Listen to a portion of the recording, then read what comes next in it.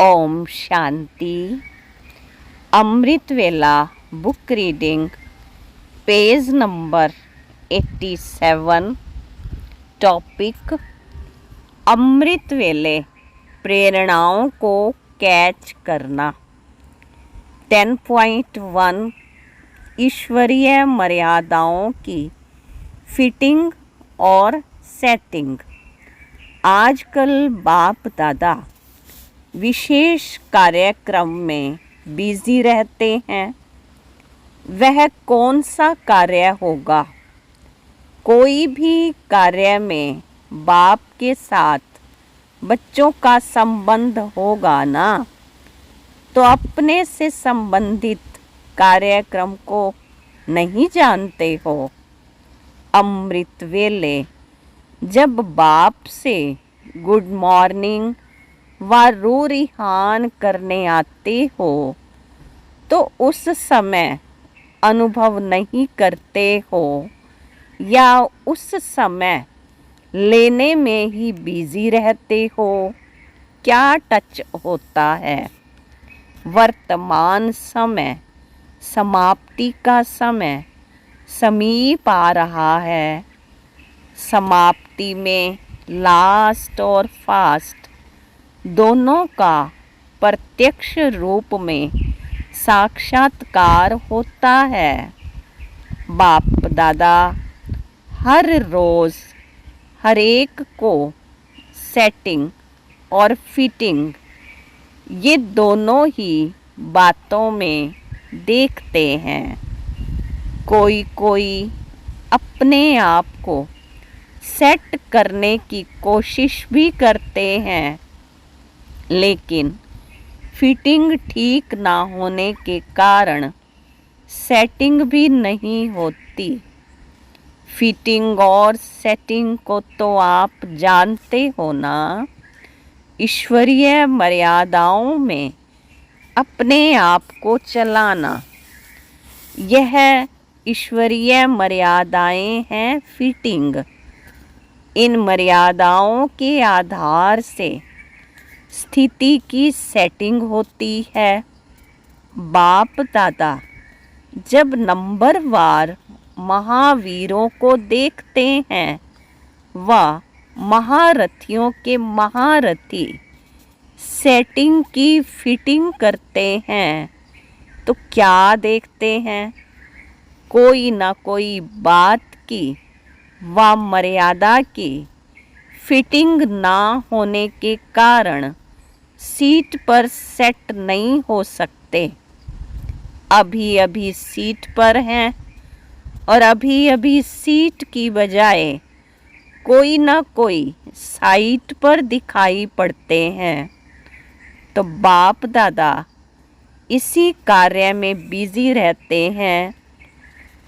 उम्मीदवार दिखाई बहुत देते हैं और लाइन भी बहुत बड़ी दिखाई देती है, लेकिन प्रमाण स्वरूप कोई कोई होता है। 10.2 दुविधाओं का समाधान। विशेष अमृत वेले रिफ्रेश हो ऐसे समझो। बाबा से पूछने जा रहे हैं। इस याद में रहकर फिर देखो रेस्पॉन्ड मिलता है। ये अनुभव अभी तक नहीं किया है। जैसे यहाँ साकार में कोई बात पूछने के लिए फौरन भाग आते हो, वैसे अव्यक्त को अपने नज़दीक लाओ तो ऐसी ही महसूसता हो सकती है। जैसे साकार में सहज बुद्धि में निर्णय हो जाता था, ऐसे ही अव्यक्त बाप दादा के साथ अनुभव होगा। अभी तक अव्यक्त रूप के इतने अनुभव नहीं किए हैं। केवल 1 या 2 बार पुरुषार्थ करने से आप ऐसे अनुभव कर सकेंगे। बहुत काल का अभ्यास करते करते फिर नेचुरल हो जाता है, लेकिन अभी इस बात की कमी है। 10.3 निर्विकारी बनो। यदि कोई बच्चा बाबा को प्यार से याद करता है तो उसका संकल्प बाबा तक पहुंचता है, परंतु वह कितने समय में पहुंचता है वह आत्मा की निर्विकारी स्थिति पर निर्भर है। मन में संकल्प उत्पन्न होते हैं और जितना आत्मा में निर्विकारीपन है उतना ही तीव्र गति से संदेश बाप दादा के पास पहुंचता है। बाप दादा अमृत वेले बुद्धि में महानता के विशेष श्रेष्ठ संकल्प टच करते हैं। 10.4 अपने संकल्पों को बाबा की प्रेरणा में मिक्स नहीं करो। आपको सब डायरेक्शन मिले हुए हैं, क्लियर है ना? कभी मूंझते तो नहीं? इस कार्य में ये करें या वो करें। जहाँ कभी मूंझते हो तो जो निमित्त बने हुए हैं उन्हों से वेरीफाई कराओ, या फिर स्वस्थिति शक्तिशाली है तो अमृत वेले की टचिंग सदा यथार्थ होगी।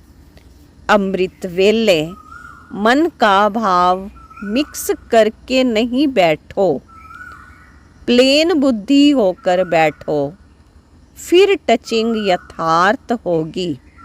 कई बच्चे जब कोई प्रॉब्लम आती है तो अपने ही मन का भाव भर करके बैठते हैं। करना तो यही चाहिए, होना तो यही चाहिए, मेरे विचार से यह ठीक है, तो टचिंग भी यथार्थ नहीं होती। अपने मन के संकल्प का ही रिस्पॉन्ड में आता है, इसलिए कहाँ ना कहाँ सफलता नहीं होती।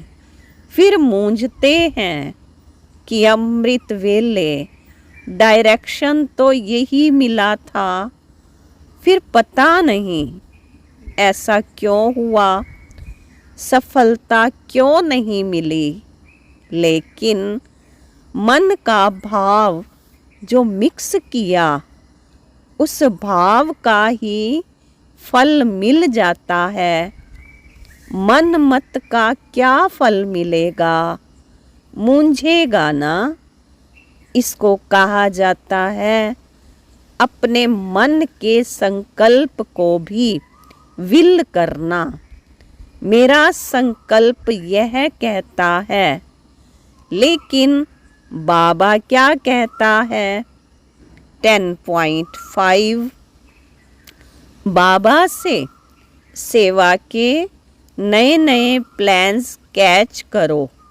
अमृत वेले प्लेन बुद्धि हो तो बाप दादा द्वारा प्लान टच होंगे, प्लानिंग बुद्धि बनते जाएंगे। साकार आधार लेते हो इसलिए प्लानिंग बुद्धि नहीं बनती। जब बाप दादा देखते हैं हद के आधार बना रखे हैं तो बाप क्यों मदद करें। कोई ना कोई नई इन्वेंशन ज़रूर होनी चाहिए जो नवीनता स्वयं में भी और सेवा में भी नवीनता लाए। उसका प्रैक्टिकल प्लान बनाओ। रेस तो करनी चाहिए ना। सबका विचार सागर मंथन तो चलेगा। अमृत वेले समीप आकर बैठ जाएंगे तो आपे ही सब टचिंग होगी। आपको ऐसी नई इन्वेंशन करनी चाहिए जो आज तक किसी ने देखा ना हो। अमृत वेले उठकर इस प्लान के बारे में सोचो तो आपको अच्छी अच्छी टचिंग्स होंगी। सब कुछ पहले से ही फिक्स है।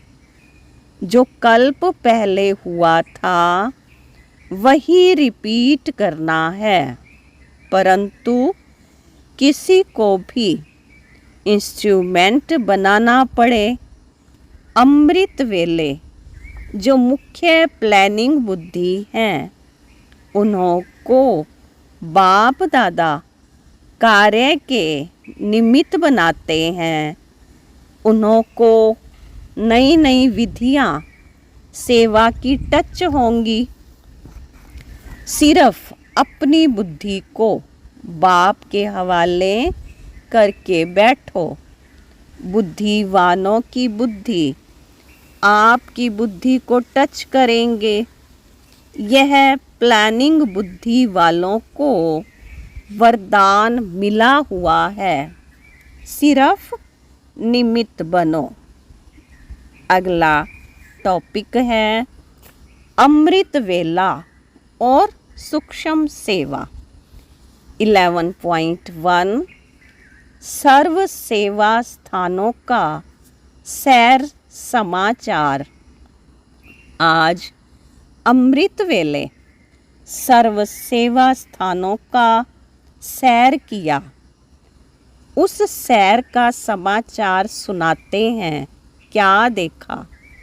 हर एक रूहानी बच्चे रूह को राहत देने के लिए, मिलन मनाने के लिए, रूह रिहान करने के लिए व अपने दिल की बातें दिलाराम बाप के आगे रखते हुए अपने आप को डबल लाइट का वरदान भी दे रहे थे और ले भी रहे थे।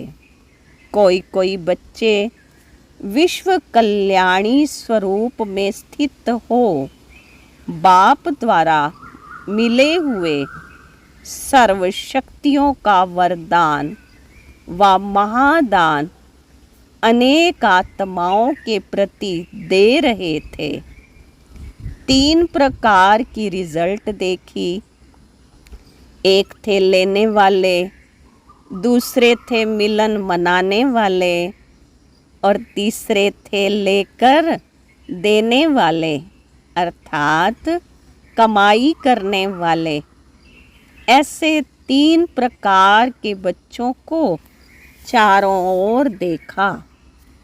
11.2 विशेष सेवाधारी बनने के लिए अमृत वेले के महत्व को समझो। सेवाधारियों की विशेषता क्या है?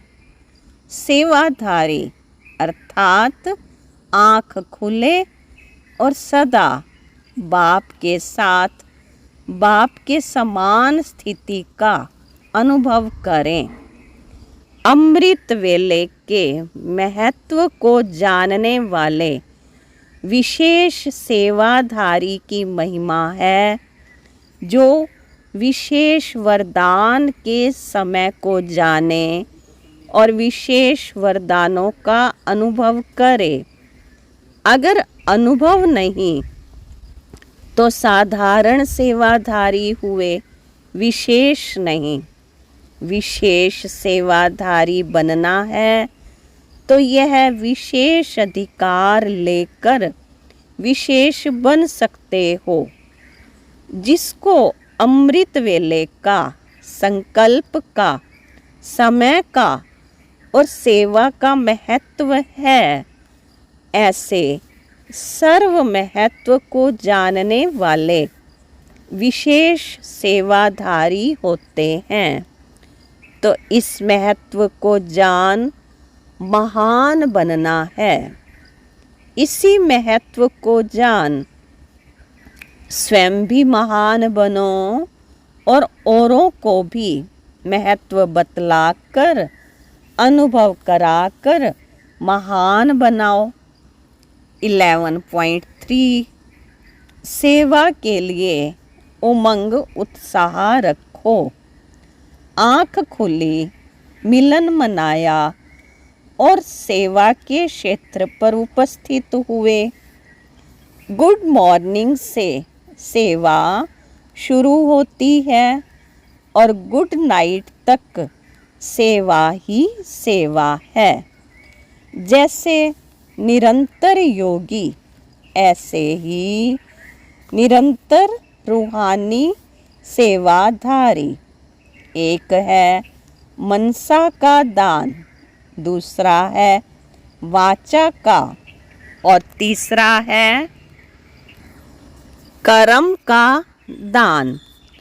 मनसा द्वारा सर्व शक्तियों का दान, कर्म द्वारा सर्व गुणों का दान, वाणी द्वारा ज्ञान का दान।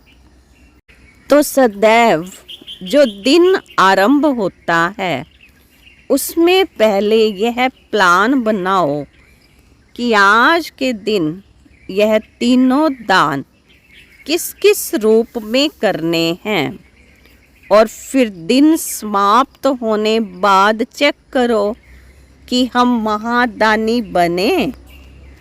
तीनों ही प्रकार का दान किया, क्योंकि तीनों प्रकार के दान की अपनी अपनी प्रारब्ध व प्राप्ति है। सुनने के साथ साथ स्वरूप बनने में भी शक्तिशाली आत्माएं हो ना। सदैव अपने संकल्पों में हर रोज कोई ना कोई स्व के प्रति और औरों के प्रति उमंग उत्साह का संकल्प रखो। जैसे आजकल के समय में अखबार में या कई स्थानों पर आज का सुविचार विशेष लिखते हैं ना, ऐसे रोज मन का संकल्प कोई ना कोई उमंग उत्साह का इमर्ज रूप में लाओ और उसी संकल्प से स्व को भी स्वरूप बनाओ और दूसरों की सेवा में भी लगाओ। तो क्या होगा? सदा ही नया उमंग उत्साह रहेगा। आज यह करेंगे, आज यह करेंगे, वह करेंगे। जैसे कोई विशेष प्रोग्राम होता है तो उमंग उत्साह क्यों आता है? प्लान बनाते हैं ना, यह करेंगे फिर वह करेंगे, इससे विशेष उमंग उत्साह आता है।